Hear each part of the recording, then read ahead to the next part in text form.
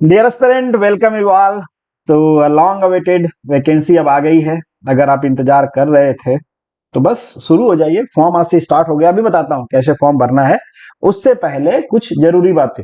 एक तो जरूरी बात यही है कि अगर आप केवल इंतजार कर रहे थे तब हो चुका सिलेक्शन। अगर इंतजार के साथ पढ़ाई भी कर रहे थे तब तो डेफिनेटली होगा। वैकेंसी का नाम है sub inspector motor transport. Wireless की भी आई है। मोटर ट्रांसपोर्ट वाली वैकेंसी अगर आपको याद हो तो इससे पहले आई थी, कोविड के जस्ट बाद, पर वो कंक्लूड नहीं हो पाई थी, कोर्ट में चला गया था मैटर। ये वही वाली वैकेंसी रिवाइज होके आई थी। आई है, आई थी नहीं, आई है एग्जैक्टली। 35 सीट्स है, इतना ही सीट पहले भी था। यहाँ पे आपका सीट्स का डिस्ट्रीब्यूशन देख लीजिए। इस डिस्ट्रीब्यूशन से कोई लेना देना है नहीं आपको। तो आगे बढ़ते हैं। आप जिस भी कैटेगरी को हो वो आपके लिए सीट तो है ही है ये।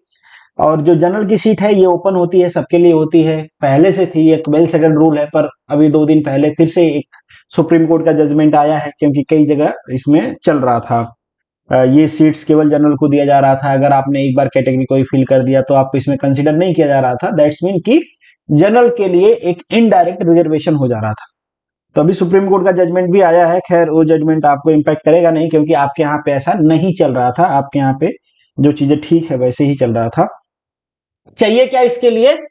आपको बीटेक होना पड़ेगा मैकेनिकल या ऑटोमोबाइल में। ये सारी चीजें आप जानते भी होंगे होपफुली। नए हो तो मैं बता देता हूं, आप सुन लीजिए ध्यान से।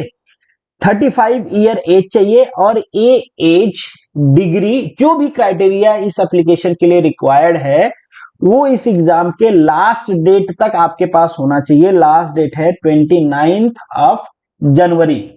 यहां तक आपकी जो भी क्राइटेरिया हो आपके पास, ओबीसी का सर्टिफिकेट हो, ईडब्ल्यूएस का हो, इनकम सर्टिफिकेट बनाना हो, डोमिसाइल बनाना हो, व्हाट एवर दैट, उसका जो डेट है, लास्ट डेट ऑफ एक्सपायरी, ये क्रॉस नहीं करना चाहिए, या इसके बाद का नहीं बना होना चाहिए, इससे पहले का बना होना चाहिए। ठीक है, ये एक बेसिक क्राइटेरिया है। ये आपका एज रिलैक्सेशन है। अगर आप किसी पर्टिकुलर कैटेगरी से हो, मुझे लगता नहीं है कि 35 ईयर के बाद कोई तैयारी कर रहा होगा, क्योंकि इसके बाद तो इतनी जिम्मेदारियां आ जाती हैं कि आपको कोई और तैयारी करनी पड़ती है।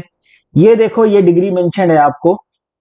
पिछली बार एक प्रॉब्लम हुआ था कि इसमें डीएल मांगा गया था। बाद में बहुत सारे बच्चों ने ऑब्जेक्शन किया कि डीएल निकलवा दिया जाए, पर डीएल वाली क्राइटेरिया अभी हटी नहीं है। बस यहां से उसको नीचे मेंशन कर दिया गया है। ये कुछ बेसिक चीजें हैं जो हर एग्जाम में रहता है गुजरात के, तो ऐसे आपको बॉर्डर नहीं होना है, इसके बारे में टेंशन नहीं लेना है।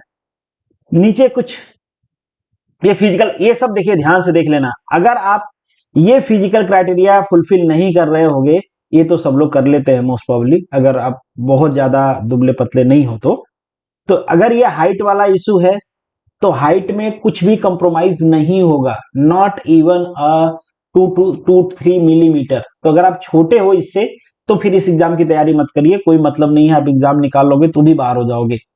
और ये महिला मतलब फीमेल कैटेगरी के लिए है। ये क्राइटेरिया आपको फुलफिल करना पड़ेगा। कैटेगरी वाइज मेंशन है, आप ध्यान रख लीजिएगा। ठीक है, फिजिकल फिटनेस भी एज यूजुअल इंपॉर्टेंट है।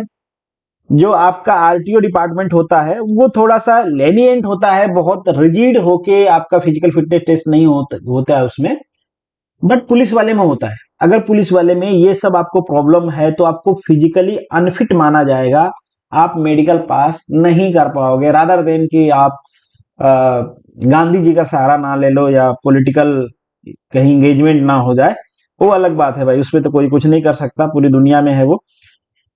तो फिजिकल क्राइटेरिया आप देख लें। अगर ये फिजिकल मेडिकल से रिलेटेड कोई है तो मैंने आरटीओ पे सेम ये सब क्राइटेरिया है, मैंने डिटेल में बताया हुआ है। वैसे आप खुद भी सर्च करके देख सकते हो कि ये क्राइटेरिया किससे रिलेट करती है। तो अगर आपको फिजिकली कोई इशू है तो नहीं जाना चाहिए। कलर ब्लाइंडनेस या आई साइड है आपको तो बहुत ज्यादा टेंशन लेने की जरूरत नहीं है, वो चल जाएगा। ये फिजिकल फिटनेस यहाँ पे मतलब वो आपका ठीक होना चाहिए। कलर ब्लाइंडनेस या फिर आपका आई साइड है, थोड़ा कम दिखता है, नंबर आ गया है, तो उससे कोई ऐसा इशू नहीं होने वाला है, वो चलेगा इसमें। ठीक है, एक जो डीएल वाला मैं बता रहा था वो यहाँ पे देख पाओगे। अब जब आप अपना फॉर्म फिलअप करोगे ना, उस टाइम पता चलेगा कि वहां पे डीएल नंबर ये डिमांड कर रहे हैं कि नहीं कर रहे हैं। पर यहाँ पे मेंशन तो है कि यहाँ पे आपके पास heavy goods vehicle, passenger vehicle का एक लाइसेंस होना चाहिए। और होपफुली अगर आप पहले से इंतजार कर रहे होगे तो आपने ये लाइसेंस अभी तक बनवा लिया होगा, अगर आप इस वैकेंसी के लिए सीरियस हो तो। अगर सीरियस नहीं थे या नहीं जानते थे तब तो कुछ नहीं कर सकते। बट जो इन लोगों को प्रॉब्लम हुआ था लास्ट टाइम, होपफुली उन्होंने HMB लाइसेंस अपना बनवा लिया होगा, या फिर अभी तो इतना जल्दी बन भी नहीं सकता है, पॉसिबल नहीं है, उसका क्राइटेरिया फुलफिल नहीं कर पाओगे। ये आपका एग्जाम पैटर्न है। पार्ट ए में आप देखोगे 3 है 30 मार्क्स के, तो 2 तो एक रीजनिंग एप्टी वाला पोर्शन हो गया, ये तो बाय डिफॉल्ट आप इंजीनियर हो, होपफुली आपको आता होगा। नहीं आता है तो PYQ करिए, प्रैक्टिस करिए, किसी भी एग्जाम का ले लीजिए, प्रैक्टिस कर लीजिए, दैट्स इट। गुजरात से रिलेटेड ले लेंगे तो ज्यादा बेटर होगा। गुजरात के नियरली सारे ही एग्जाम में प्रीलिम में ये पूछा जाता है, कम नंबर का होता है, 15 नंबर का होता है। GTPLSB में भी होगा, गुजरात के दूसरे एग्जाम्स में भी है, सेंटर के एग्जाम में है। तो ये इसके प्रैक्टिस में मुझे नहीं लगता कि आपको प्रॉब्लम आएगा। यूट्यूब पे ढेरों मटेरियल पड़े हैं, मैराथन क्लासेस पड़ी हैं, तो बहुत ज्यादा आपको इसकी प्लानिंग के लिए नहीं, प्लानिंग की जरूरत नहीं है। मैराथन क्लास देखिए, क्वेश्चन प्रैक्टिस करिए, दैट्स इट। टेस्ट सीरीज दीजिए, हो जाएगा काम, ठीक है। ये भी 30 मार्क्स का है, तो इसमें तो कई सारी चीजें हैं, आप अपने हिसाब से इसको प्लान कर सकते हो। मैं जनरली रिकमेंड करता हूं कि ये इसके लिए तो आप अक्षर पब्लिकेशन की बुक ले सकते हैं। इसके लिए लूसेंट या फिर आपके यहाँ का कोई पब्लिकेशन है वो भी आप फॉलो कर सकते हो, कोई प्रॉब्लम नहीं है, दोनों चलेंगे। पार्ट बी जो है ये 90 मार्क्स का है, ये 90 मार्क्स आपने कंक्लूड कर लिया। पार्ट बी जो है वो 120 मार्क्स का। ध्यान रखिए, यहां पे एक क्वेश्चन 1 मार्क्स का होगा, एक क्वेश्चन 1 मार्क्स का होगा, नेगेटिव मार्किंग भी होती है 0.25 की, ठीक है। तो 1 question 1 mark, no attempt no marks. ये आपका सब्जेक्ट है। लास्ट टाइम इन्होंने सिलेबस दिया था, सिलेबस के बारे में डिटेल में डिस्कशन करेंगे सेपरेट वीडियो में, बट यहां पे सिंपली इन्होंने मेंशन कर दिया है कि आपका कोर्स रिलेटेड सब्जेक्ट रहेगा। पर यहां पे एक क्वेश्चन ये उठता है कि मैकेनिकल और ऑटोमोबाइल दोनों इसके लिए एलिजिबल हैं, तो सिलेबस कैसे कंबाइंड होगा, क्या RTO जैसे रहेगा, कुछ होपफुली कुछ वैसा ही होना चाहिए। सिमिलर वैकेंसी है यहाँ पे, आप देख पाओगे इलेक्ट्रिकल वालों के लिए। इनका सिलेबस एडवर्टीजमेंट में ही लास्ट में दे दिया है, आपका नहीं दिया है। लेट्स सी कि वो सेपरेटली रिलीज करते हैं या नहीं करते हैं, पर यहाँ पे देखोगे इनका सिलेबस इन्होंने दे दिया है। बाकी चीजें आप यहाँ पे देख पाओगे, ये जैसे आपका GPSC का एग्जाम होता है वैसे ही है, सेम पैटर्न आप में भी होगा। जो मैंने माइनस मार्किंग आपको बताया है वो रहेगा। नहीं अटेम्प्ट करोगे तो ई आपको करना रहेगा, 1 मार्क्स मिलेगा आपके उसको। सेम पैटर्न है, बस इन्होंने सिलेबस दे दिया है यहाँ पे। जो आपका कोर है 40% का क्वालिफाइंग इसमें भी है, आप वाले में भी है। यहाँ पे इनका थोड़ा सा चेंज है, इनका जो यहाँ पे डिस्ट्रीब्यूशन है वो अलग टाइप का है, आपका अलग है। आपका 90 मार्क्स का है, इनका 80 मार्क्स का है, इनका 200 का है, आपका 210 का है, इतना डिफरेंस है। अब ये डिफरेंस क्यों आया है, मुझे ऐसा लगता है कि कुछ आपके वो एक्ट्स एंड रूल्स रिलेटेड भी चीजें इसमें ऐड करेंगे आपके सिलेबस में। कहाँ पे ऐड करते हैं लेट्स सी, या कितना ऐड करेंगे वो भी देखना पड़ेगा। तो सिलेबस पे एक मैं डिटेल वीडियो बनाऊंगा कि what could be the possibility, क्या हो सकता है, लास्ट टाइम क्या था उसका भी डिस्कशन करेंगे, किस टाइप के क्वेश्चंस आते हैं उसका भी डिस्कशन कर लेंगे, सब डिस्कशन कर लेंगे। पर अभी प्राइमरी रिक्वायरमेंट क्या है, प्राइमरी रिक्वायरमेंट है आपको फॉर्म फिलअप करना। मैंने डिप्लोमा की बात किया था, इस वैकेंसी के लिए डिप्लोमा एलिजिबल नहीं है, केवल बीटेक एलिजिबल है। जो सेकंड वैकेंसी है मैकेनिकल और ऑटोमोबाइल में जो लोग डिप्लोमा है ये उनके लिए है, ये वैकेंसी आप फिलअप कर सकते हो। डिप्लोमा वाले जो कैंडिडेट हैं, यहाँ नंबर ऑफ वैकेंसी आपको नजर आ रही होगी, दैट इज 45, आप देख पाओगे। अगर आपने मैकेनिकल में डिप्लोमा, ऑटोमोबाइल में डिप्लोमा किया हुआ है, ये एज क्राइटेरिया सच है, मैं बहुत ज्यादा डिटेल में आपका टाइम वैसे तो इतना इंपॉर्टेंट होता तो फिर आपका क्या हो जाता, पर टोंट नहीं कर रहा हूं। मैं अनवांटेड तरीके से वीडियो को लंबा नहीं करना चाहता, तो ये सब जनरल क्राइटेरिया है। अगर आप चाहो तो एक बार रीड आउट कर लो, जरूरत नहीं है आपको क्या क्या रीड आउट करना, मैंने बता दिया। You have to fulfil the education qualification, you have to fulfil the physical criteria, 2 main criteria है, और एक DL वाली क्राइटेरिया है जो यहाँ पे भी मेंशन है नीचे, वो यहाँ पे भी होना चाहिए। अगर नहीं होगा तो यहाँ पे भी आपको कंसिडर नहीं किया जाएगा, सेम वर्डिंग है यहाँ पे भी। एग्जाम पैटर्न सिमिलर है। अब क्वेश्चन ये उठता है कि क्या इसका जो कांस्टेबल ग्रेड 1 है और जो PSI है, क्या दोनों का सेम सिलेबस होगा? पेपर तो सेम नहीं होगा, डिप्लोमा है एक में, ग्रेजुएशन है, क्या सेम सिलेबस होगा? तो इस बात की पॉसिबिलिटी है कि सिलेबस सेम हो सकता है।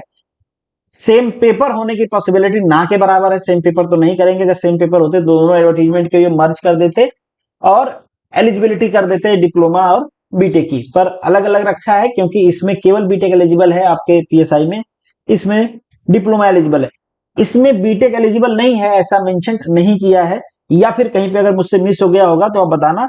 मैंने ट्राई किया है सब चीज पढ़ने की, कहीं पे स्ट्रिक्टली मना किया है कि बीटेक एलिजिबल नहीं है, तो ऐसा बोला नहीं है। तो बीटेक वाले अगर जो डिप्लोमा और बीटेक है वो तो फिलअप कर सकते हैं, उनमें तो कोई डाउट नहीं है। अगर कोई केवल बीटेक है आफ्टर 12th 10+2, उसका थोड़ा सा है, आजकल चल रहा है, आजकल क्या बहुत दिनों से चल रहा है, अगर कहीं पर शॉर्ट में नोटिस में लिख दिया होगा कि भाई हायर क्वालिफिकेशन एलिजिबल नहीं है तो नहीं पता, पर जो एजुकेशन क्वालिफिकेशन है वहां पे इन्होंने ऐसा कुछ मेंशन नहीं किया है। एग्जाम पैटर्न सेम है जैसा कि आपके एमबीएसआई का था। अब वायरलेस वाला मैं डिस्कस करता नहीं हूं, वायरलेस वाला भी चीजें सेम ही है, आपका तो पूरा सिलेबस भी दे दिया, आपको तो इधर उधर ढूंढना भी नहीं है, जस्ट शुरू कर देना है, क्योंकि कॉमन सिलेबस है तो बहुत मुश्किल होगी नहीं आपको भी। अब चीज जरूर कहूंगा कि ये ह्यूज वैकेंसी है, electrical electronics computer science IT से रिलेटेड जो ब्रांचेज हैं इसमें सब एलिजिबल हैं। मतलब जो भी इलेक्ट्रिकल इलेक्ट्रॉनिक्स कंप्यूटर आईटी, आपको नीचे एलिजिबिलिटी क्राइटेरिया मिल जाएगी, आप रीड आउट कर लेना, ये वो क्वालिफिकेशन है या उसके इक्विवेलेंट है तो आप इसके लिए एलिजिबल हो। नंबर ऑफ ब्रांचेज डेफिनेटली इसमें ज्यादा हैं, पर नंबर ऑफ वैकेंसी भी रिलेटिवली काफी ज्यादा है, तो ह्यूज वैकेंसी है, दिस इज ह्यूज अपॉर्चुनिटी। तो अगर आप इन सभी ब्रांचेस से हो तो आपको करना क्या है, गूगल पे जाके ओजस सर्च करना है, ओजस की वेबसाइट है, मिल जाएगी आपको। फिर आपको करंट एडवर्टीजमेंट में जाना है, करंट एडवर्टीजमेंट ओपन कर लोगे, यहाँ पे जाइए जीपीआरबी गुजरात पुलिस रिक्रूटमेंट बोर्ड, ये ओपन कर लेना है। यहाँ पे देखोगे आपकी 1 by 1 जो वैकेंसीज हैं वो नजर आ रही हैं। 100 रुपीज आपको फी पे करना है। ये डिटेल जो मेंशन है यहाँ पे क्लिक करोगे तो जो एडवर्टीजमेंट है वो डाउनलोड हो जाएगा। बाकी अगर आपको वायरलेस का फिलअप करना है तो ये वाला कर लीजिए, ट्रांसपोर्ट का फिलअप करना है तो ये वाला कर लीजिए, और अगर हेड कांस्टेबल ड्राइवर का फिलअप करना है तो ये वाला कर लीजिए। जैसे मैं एग्जांपल के लिए इसको ओपन कर देता हूं, तो ये फॉर्म ओपन हो जाएगा। अगेन डिटेल में क्लिक करोगे तो आपको एडवर्टीजमेंट मिल जाएगा। यहाँ पे थोड़ी सी क्राइटेरिया मेंशन कर दिया है कि एक बार फिर से रिवाइज कर लो भाई आप एलिजिबल है कि नहीं। तो इंपॉर्टेंट क्या है, क्वालिफिकेशन एक, सेकेंड आपकी फिजिकल और मेडिकल कंडीशन, और थर्ड आपके पास डीएल अगर आप एमटी वाला अप्लाई कर रहे हो या कांस्टेबल वाला अप्लाई कर रहे हो तो। यहां पे क्या करना है, आपको अप्लाई पे क्लिक करना है। अगर आपने पहले से रजिस्ट्रेशन किया हुआ है तो आपके पास आईडी और पासवर्ड होगा, आप लॉगिन कर लीजिए। बाकी डिटेल जीपीएससी के एग्जाम्स आपने दिए हैं तो बाकी डिटेल आपकी आ जाएगी, थोड़ा कम मेहनत करना पड़ेगा। अगर आप नए हो, पहली बार कर रहे हो, तो आपको फिर से रजिस्ट्रेशन करके, न्यू रजिस्ट्रेशन करके आपको अप्लाई करना पड़ेगा। तो न्यू रजिस्ट्रेशन पे जाइए, जो जो डिटेल मांगती है वो मांगते हैं वो फिलअप करिए और रजिस्टर करिए। फॉर्म आपका चालू हो गया है, आज से स्टार्ट हुआ है ये 19th ऑफ जनवरी से एंड 29th ऑफ जनवरी तक चलेगा। तो लास्ट डेट का वेट नहीं करना है, फॉर्म जितना जल्दी हो सके फिलअप कर लीजिए और स्टार्ट कर दीजिए तैयारी। बाकी जो एमटी वाले बच्चे हैं, मैकेनिकल एमटी वाले और जो कांस्टेबल वाले हैं, उनके सिलेबस पे मैं डिटेल में वीडियो बनाऊंगा कि क्या क्या पॉसिबिलिटी हो सकती है, वो हम डिस्कस करेंगे कि क्या सिलेबस होगा, कैसे होगा, डिटेल में डिस्कशन करेंगे। बाकी कोई डाउट है तो आप कमेंट बॉक्स में लिख सकते हो। चलिए मिलेंगे नेक्स्ट वीडियो में, तब तक के लिए all the best, good luck and जय हिंद।